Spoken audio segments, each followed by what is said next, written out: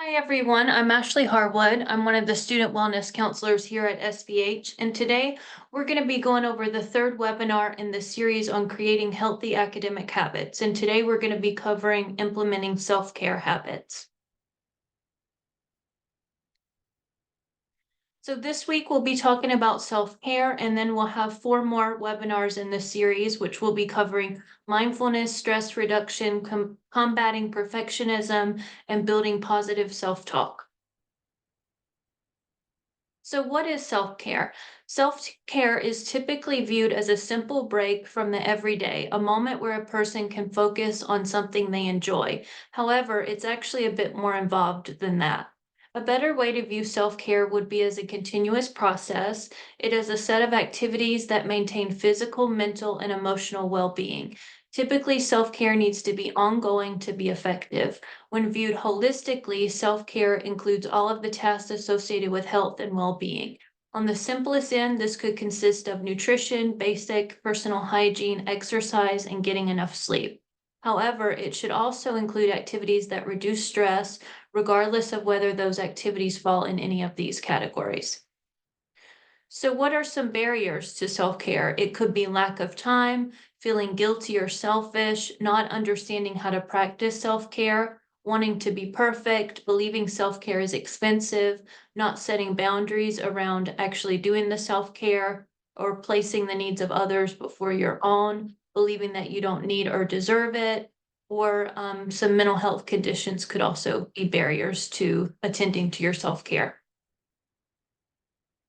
So, we also find there's quite a bit of myths and misconceptions around self-care. So we'll go over some of those myths now. So one of the common ones is that self-care is selfish. So that is a myth. That's not true.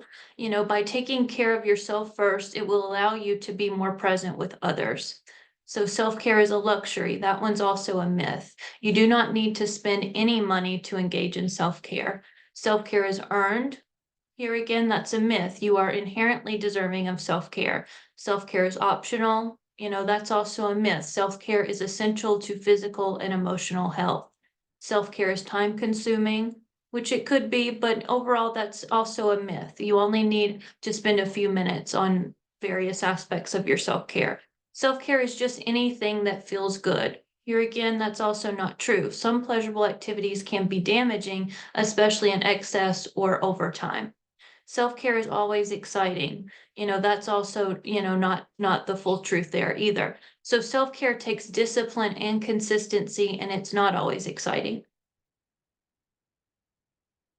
So benefits to attending to your self-care, especially during grad school. So self-care can provide a wide range of benefits by managing your well-being and overall health. You can better manage stress and the host of obligations you have to juggle. As stress diminishes, you may notice you're more productive, you have an easier time concentrating, your self-esteem may improve, resulting in more outward confidence. Essentially, self-care allows you to be at your best, maximize your potential, increase your ability to deal with stressors, and improve the overall quality of your life.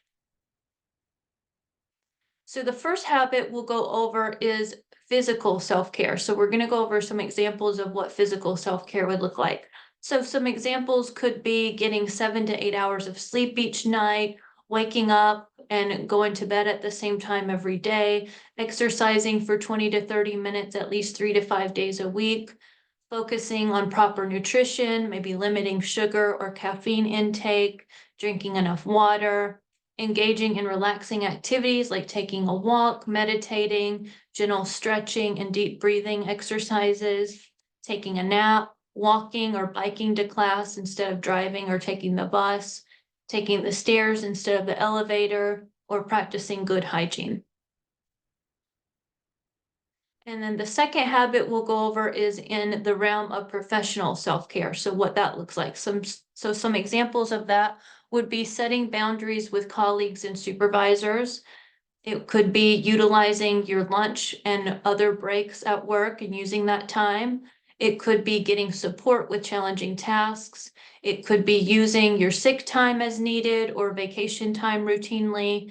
If working from home, you could try to create your own workstation where your work is separate from your personal activities.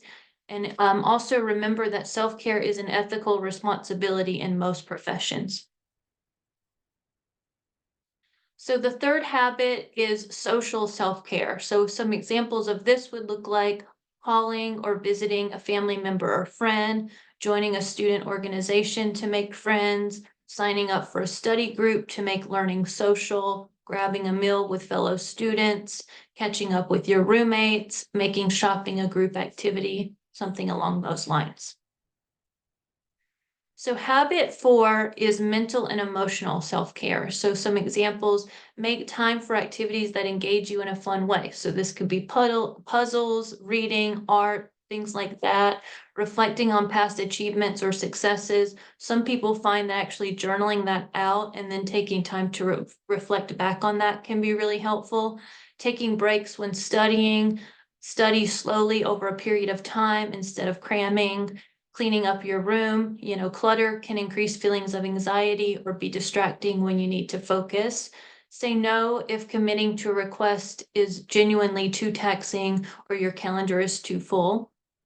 Smile, this can also help boost positive feelings. Keep a journal so you can have a place to be honest about your feelings. Counter negative thoughts with optimistic ones. View a challenge as an opportunity for growth. Help someone, so being helpful can be gratifying. Watch funny movies, television shows, or video clips for a quick laugh, or, just ask for help when you need it. So self-care and mental health, how do those intertwine with each other? So it's important to note that self-care is designed to help with your well-being. However, even if it can typically make a difference, it isn't a solution in all cases. At times, getting help from a medical professional is a necessity. Self-care should not be viewed as a substitute for formal mental health care. Instead, it may be better classified as a supplemental to a treatment plan in those scenarios. So if you have a mental health concern, seek support from a professional such as an SBH counseling and wellness counselor, or you could seek an outside provider. A professional can help you determine the potential cause of your concerns or stressors and create a suitable treatment plan based on your unique needs. And here again, this is a reminder to utilize the SBH counseling and wellness services. Also, I'll go over some mental health resources that may be in your community that you could find. So up there at the top, we have the link to the counseling and wellness services at SBH where you could, reach out to us for an appointment. There's also various mental health resources in the area. There's the CUNY crisis text line, which can be accessed anytime. For CUNY students, there's NYC Well, which is 24/7 access to mental health professionals, and they can also offer referrals in the New York area. And there's the 988 hotline, that's a national hotline that anyone can use. And then for outside providers for finding either therapists or psychiatrists, you could search through your health insurance website. You could use Psychology Today. There's Open Path Collective, which is a database for affordable providers where you wouldn't need health insurance for it. And there's telehealth clinics like Mindful Care and LifeStance. And then this next slide is one kind of blank template of how to develop your own self-care plan. So this one is called a self-care wheel.